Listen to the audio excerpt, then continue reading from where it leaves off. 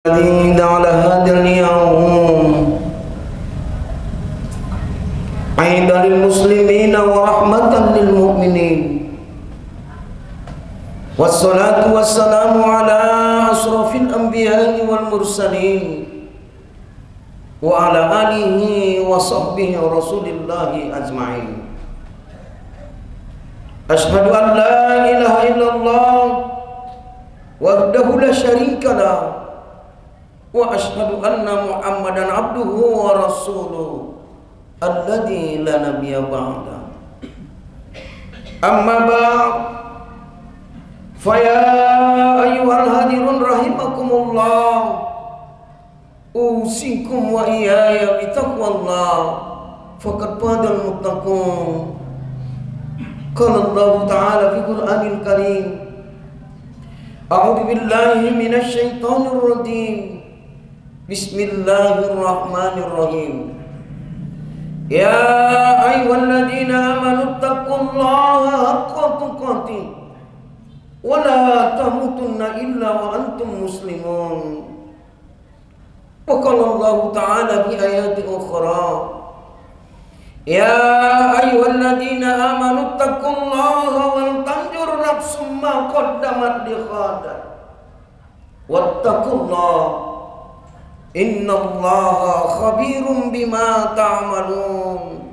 Hai orang yang beriman, bertakwalah kamu kepada Allah. Hendaklah kamu memperhatikan apa yang telah kamu perbuat untuk hari esokmu.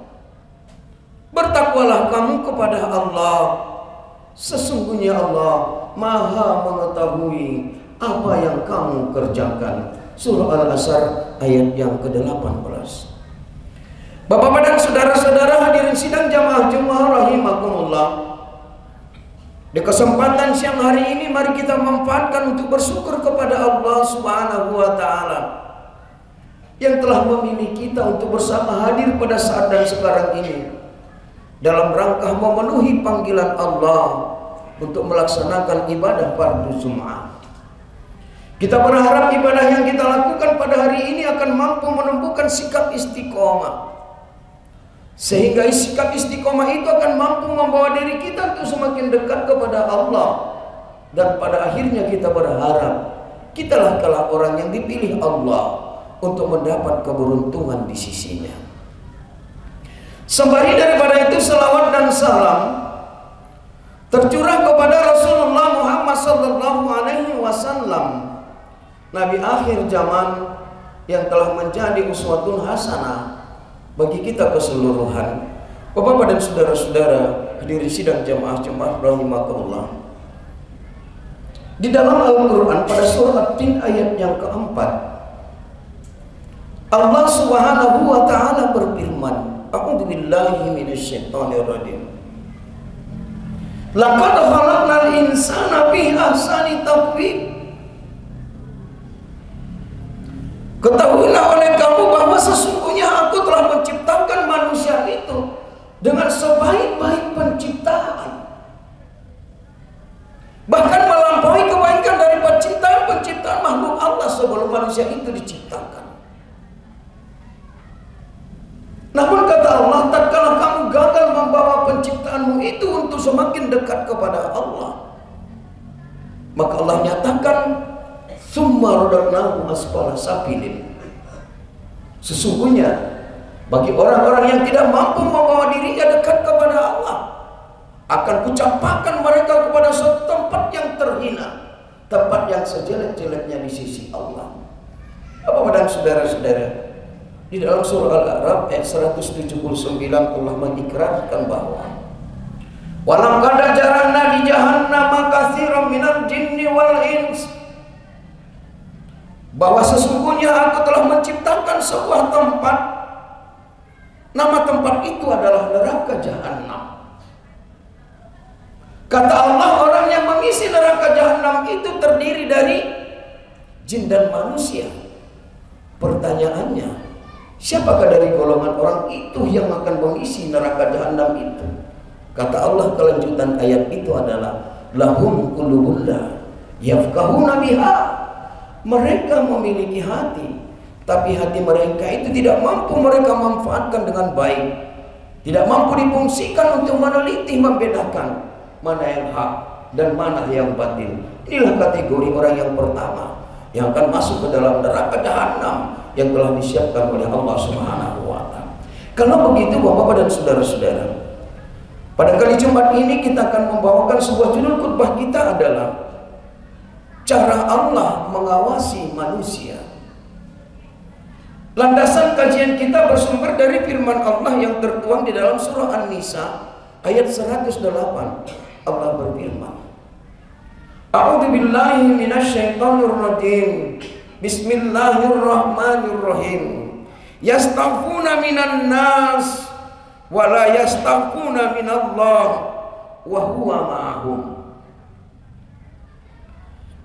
Ketahuilah oleh kamu mereka dapat bersembunyi dari manusia, akan tetapi mereka tidak dapat bersembunyi dari Allah, karena Allah adalah beserta dengan mereka. Bapak dan saudara-saudara, hadirin sidang jamaah Jumat rahimakumullah. Dalam sebuah tafsir diingatkan kepada kita bahwa sesungguhnya manusia itu diciptakan tidak luput dari pengawasan Allah. Maka apa yang dilakukan mereka Allah tahu, apa yang diucapkan oleh mereka Allah tahu, bahkan apa yang berkata-kata di dalam hati mereka Allah tahu.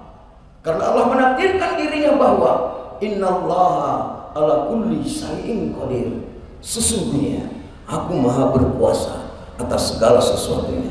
Oleh karena itu Bapak dan saudara-saudara, dalam catatan perjalanan kehidupan manusia hari ini menurut rilis data dari Persatuan Bangsa-Bangsa, Perserikatan Bangsa-Bangsa menyatakan bahwa populasi kehidupan manusia saat sekarang ini bertepatan pada tahun 2024 perkembangannya adalah sebanyak 8,2 miliar. Yang paling masih diantaranya adalah negara India yang memiliki jumlah penduduk populasinya adalah 1,5 miliar. Pertanyaannya dari 0,820 miliar, Indonesia berada pada peringkat yang keberapa? Menurut catatan yang disampaikan bahwa penduduk Indonesia pada tahun 2024 ini mencapai hampir 300 juta. Maka kalau begitu Bapak dan Saudara, 300 juta penduduk Indonesia ini, bagaimanakah cara Allah untuk mengawasi manusia itu? Padahal kalau kita lihat dengan teknologi canggih yang dimanfaatkan pada saat sekarang ini, di mana-mana CCTV telah dipajangkan, telah dipampangkan untuk melihat dan meneliti akibat majunya teknologi. Pertanyaannya, apakah manusia berubah melakukan satu sikap dan perilakunya? Bahwa ternyata alat apapun yang diciptakan oleh manusia itu hanya sekedar pengembangan ilmu pengetahuan. Tapi kalau melihat cita dan hasil daripada apa yang dihasilkan, belum seperti apa yang dihasilkan oleh Allah Subhanahu wa taala. Kalau begitu kita pertanyakan Bapak dan saudara-saudara, bagaimana cara Allah untuk mengawasi manusia yang sekian banyak hidup di atas permukaan bumi ini? Maka di dalam Al-Quran Allah memberi pemahaman kepada kita, ada 3 cara Allah untuk mengawasi manusia itu agar manusia itu tidak tersesat pada jalan kebenaran, jalan yang memang sudah ditentukan oleh Allah Subhanahu wa taala. Cara Allah mengawasi manusia itu ada dari 3 cara. Cara yang pertama adalah Allah sendiri yang mengawasi manusia itu. Maka di dalam Al-Quran pada surah Qaf ayat yang ke-16 Allah menyatakan, "Walaqad khalaqnal insana wa na'lamu ma tuwaswisu bihi nafsu wa nahnu aqrabu ilaihi min hablil warid." Dan sesungguhnya kami telah menciptakan manusia dan mengetahui apa yang dibisikkan oleh hatinya, dan kami lebih dekat daripada orang leher mereka. Maka para mufassirin mengartikan ayat ini kepada kita Bapak dan saudara-saudara, Muhammad, ketika ada orang yang bertanya kepada dirimu tentang diriku, kata Allah, katakan kepada mereka, aku lebih dekat dengannya bahkan lebih dekat daripada urat leher mereka. Kalau begitu Bapak dan saudara-saudara, Allah dekat bersama dengan kita. Untuk membuktikan bagaimana Allah itu mengawasi kepada kita, maka di dalam ajaran Islam diingatkan kita. Tanda Allah sedang mengawasi diri kita, Allah titipkan dua ujian untuk menilik manusia itu, apakah manusia itu berjalan pada kebenaran atau tidak.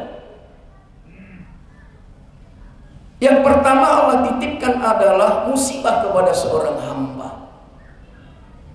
Tujuan musibah itu dititipkan Allah kepada seorang hamba agar Allah awasi, agar Allah lihat mereka, apakah mereka mampu bersabar terhadap ujian yang telah dititipkan oleh Allah kepada mereka. Apakah mampu bersabar terhadap apa yang telah ketentuan Allah Subhanahu wa Ta'ala.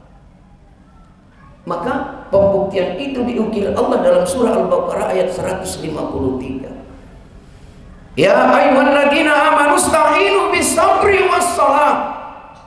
Innallaha ma'as-sabirin. Orang yang beriman, jadikan sabar dan sholatmu itu menjadi penolong bagi dirimu. Jika ini kamu lakukan, maka Allah nyatakan dirinya, innallaha ma'as-sabirin. Sesungguhnya aku beserta dengan orang-orang yang bersabar. Yang kedua, Allah titipkan nikmat yang banyak kepada diri kita, agar Allah mengetahui, agar Allah melihat kemana nikmat yang diperoleh itu dimanfaatkan oleh seorang hamba. Maka kalau nikmat itu diberikan dan dijalankan kepada keridhaan Allah, maka Allah mencatatnya dengan nilai kebaikan.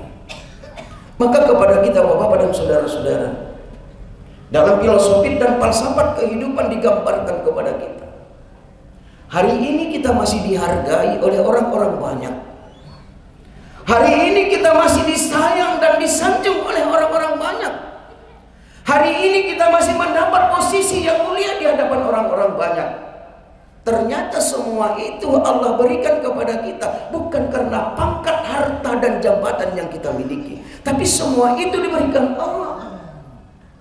Orang masih sanggup menghormati dan menghargai kita karena Allah belum membuka aib-aib kita. Bapak dan saudara, kalau Allah sudah membuka aib kita, maka tidak ada manusia yang hidup di mulia di atas bukan Allah ini.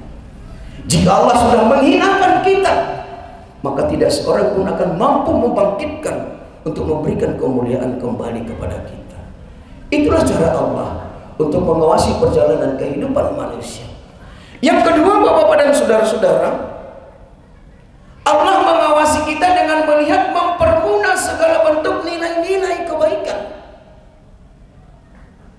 Orang yang melakukan ibadah Jumat pada hari ini adalah orang yang sengaja dipilih oleh Allah. Bagi orang yang tidak dipilih Allah, berat rasanya untuk melakukan ibadah ini. Maka kepada kita Bapak dan saudara-saudara, bersyukur dan berbahagialah kita hari ini.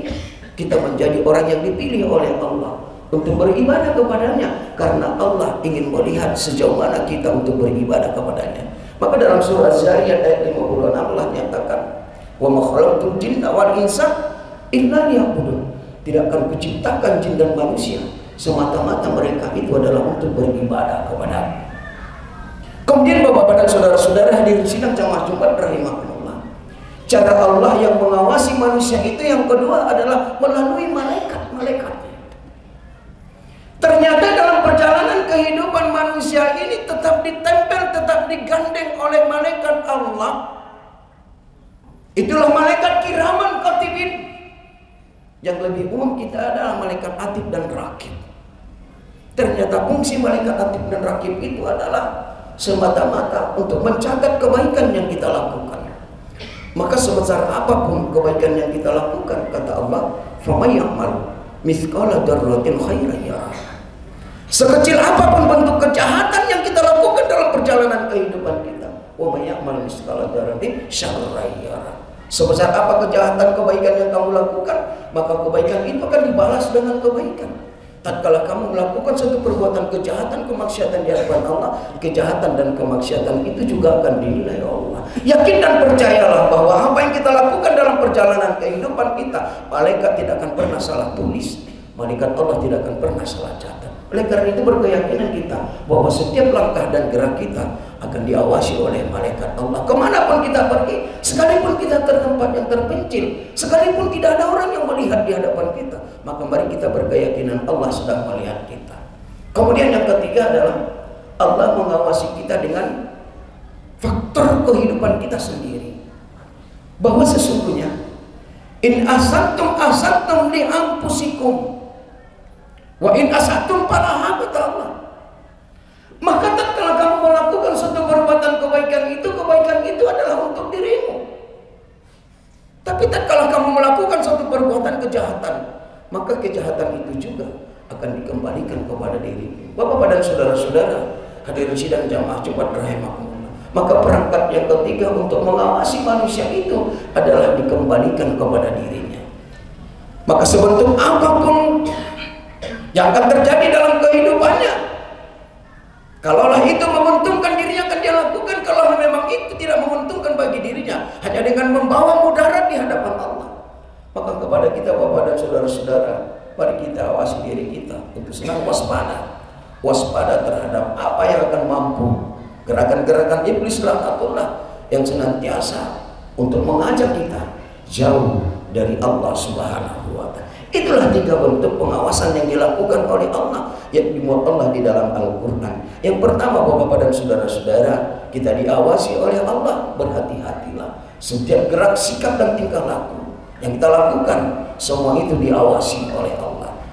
Kemudian yang kedua, Allah mengawasi kita dengan malaikatnya.